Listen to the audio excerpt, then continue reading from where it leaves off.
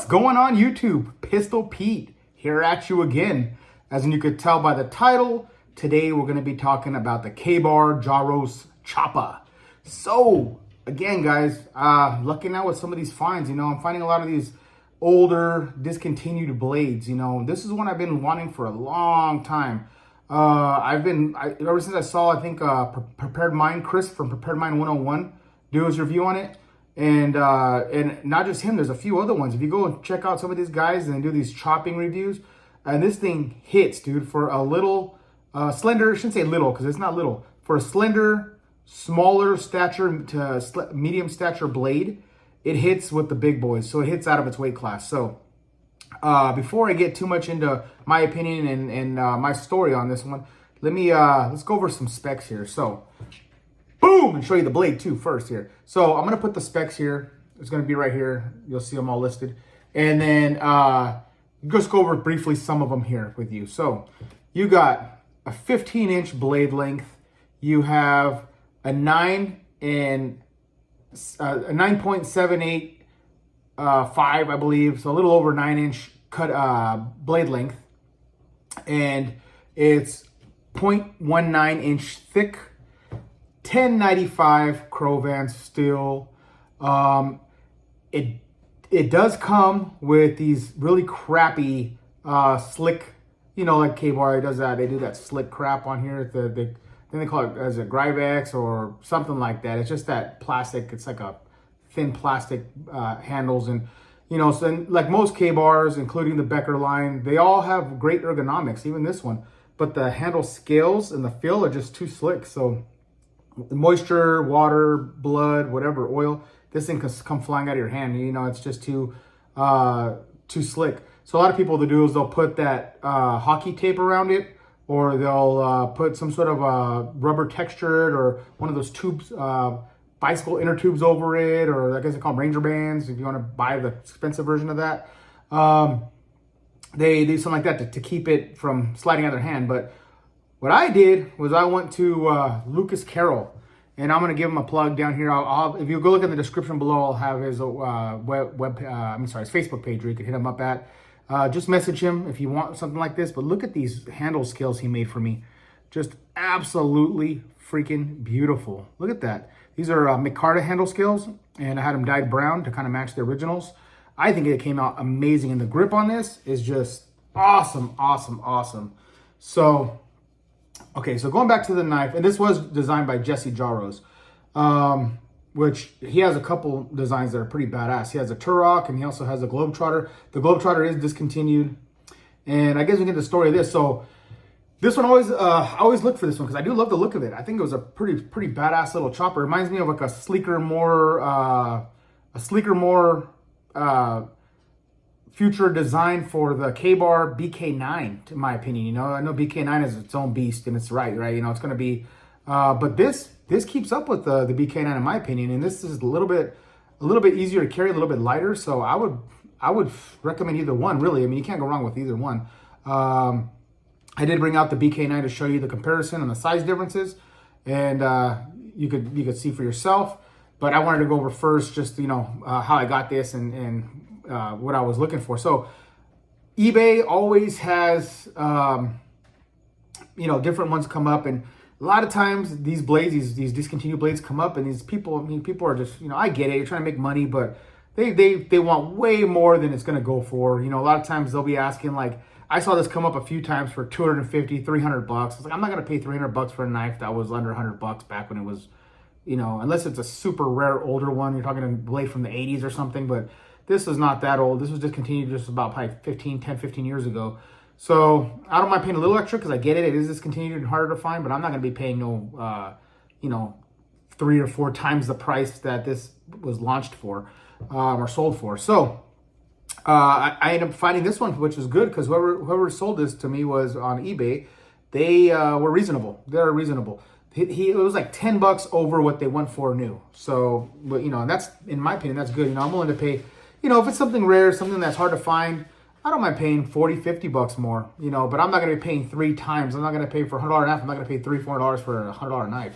So, that's just, throwing it out there for you people that are trying to you think you're gonna sell something just because it's kind of rare. Even myself, I have rare knives that I throw on eBay, and I don't put them for $3 or $4 more than what they go for, or what they sold for. If you're just gonna sit on them, you'll still see them there. I still see a few knives that are just crazy price, and they're just sitting there. They're not gonna sell. All right, enough with that rant. But go back to the blade. But yeah, so the thickness is great. The chopping ergonomics is great. This one again, I said I bought brand new. So the guy had it brand new in the box. He said, yeah, brand new, never used. He just had it in storage. So he got the original box and everything. And then I'll show you the original handle scales that it came with. And they're just crap, dude. I mean, you can hear a lot of other content creators will say the same thing, that they got rid of them. So these are the original handle scales that came on. They're just thin, slick plastic, slippery. 1,000 times better with this texturing in micarta. So, as it gets wet, it still gets tackier with micarta. He kept the same type of ergonomics with it.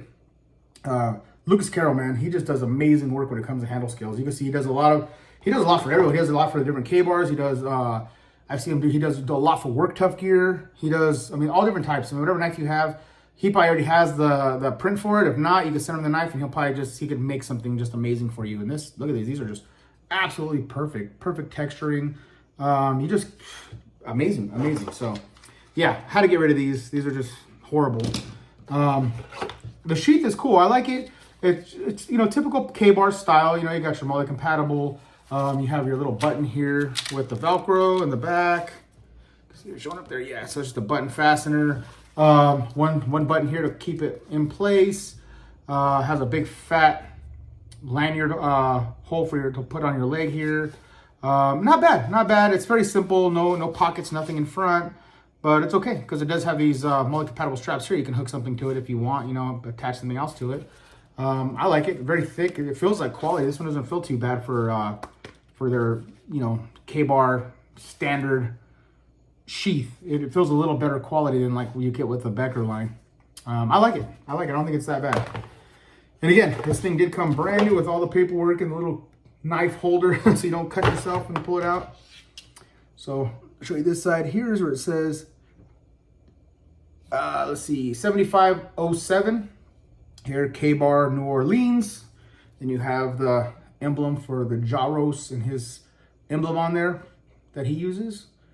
And this thing is just, I love it. Like I said, I've been wanting this one for a long time. I just didn't want to pay these outrageous prices. Finally found one for a great price. That's brand new out of the box.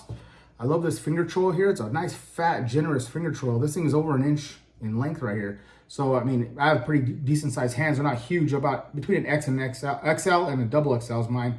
But it fills the hand perfectly. The whole grip feels great in the hand. You can choke back all the way here now, and then with this texturing, you don't have to worry about it slipping out. Or throw the lanyard on, have, double the security and the comfort there.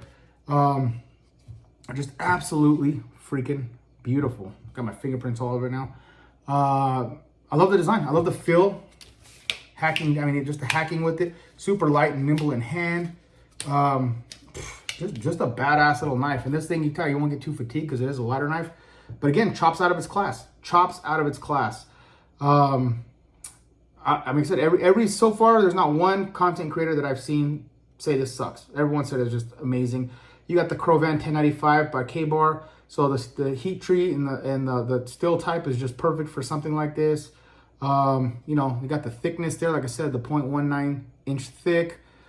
Just perfect thickness. So, okay, here's the BK9 for comparison. So the blade length is a little bit longer. Well, actually, it's about the same. It's about the same because if you don't count the choil, it's the blade, actually the cutting edge is actually about almost identical. If you put it cutting edge to cutting edge. But the blade length in total, if you put it from handle to handle, the Jarosz Choppa is a little bit longer. And you know that if you're a Becker head at all, you know that he doesn't like choils at all. So, and again, that's personal preference. He doesn't like it because he thinks there's more chance of sliding up and putting your finger on the edge and cutting your finger every time you try to use the choil. So he rather does something like that and just use it like this, right? Using this little thumb ramp here and just going on top of it and going down, using it. And most people but see, what I feel, which he did right, which Jesse did right in this design, is he did such a fat, huge swell. I don't fear touching, because I've seen some, he's right. Becker's right, because I've seen if you use a small choil, your finger goes almost right up against the edge when you put your hand in it, so you're easy to slice it. This is such a fat one. I mean, you put your hand in it, you can do it fast. I don't worry about touching the edge because there's so much real estate here. And then once you're inside the choil, then you just choke up a little bit. So get close to the edge there, or you don't even need to. You can just stay back like that and do it. I mean, so you still, he put such a huge swell here. I don't worry about slicing my finger on the edge here, you know? So something like that, perfect. So, and I like finger choils. I know some people, you know, it's one of those, in the knife community, it's one of those argued topics a lot. Are they useless or not useless? People love them, people don't love them. Aesthetically, I think they look cool, and I think they serve a good purpose. They also keep balance in the knife when you're trying to do fine work, instead of being back here and kind of having to have the edge go down with it like this, instead of you're right in the middle and you can kind of keep the weight behind it. I preferably would choose a choil. I like choils. But yeah, guys, this is just, had to show this to you guys and show you this, the handle scales I had made by Lucas Carroll. Man, if you guys are reluctant, don't be, because this guy does amazing work. Everything is just right on point. All his cuts are right on point. It's all smooth. Nothing feels, there's no spot that feels like it's out of place or anything. He just lines it up perfectly, man. He's good at what he does for sure. I like this lanyard hole too. It's a perfect little lanyard in the back of the knife to put your hand in. Just an amazing little knife. I'm surprised they discontinued. Some of these knives they discontinued from K-Bar.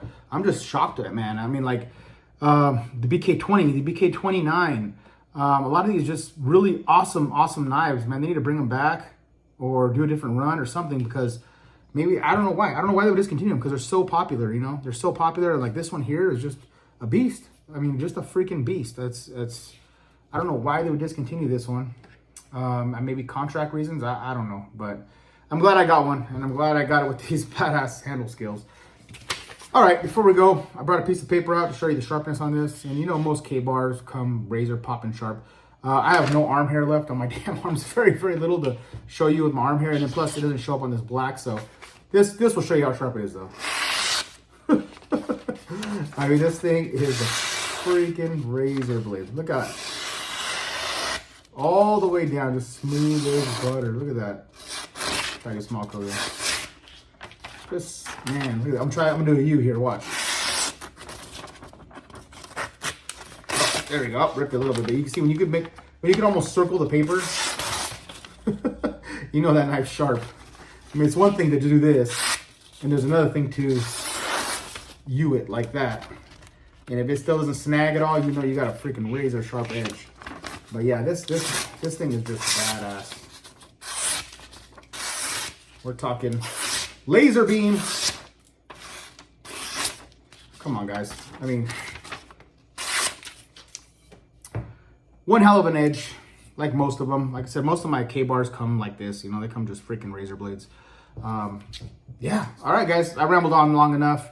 Hope you enjoyed it and see this, how it comes. And if, like I said, if you want these type of handles on anything, not just this knife, on any knife, hit up Lucas Carroll, and he'll work a deal out with him. And that's the thing too, his prices are reasonable. You know, he's not charging a crap load for any of these things. He's charging pretty reasonable prices for custom handle skills. That's it, guys. Please like, subscribe, share, and until next knife, gun, or whatever.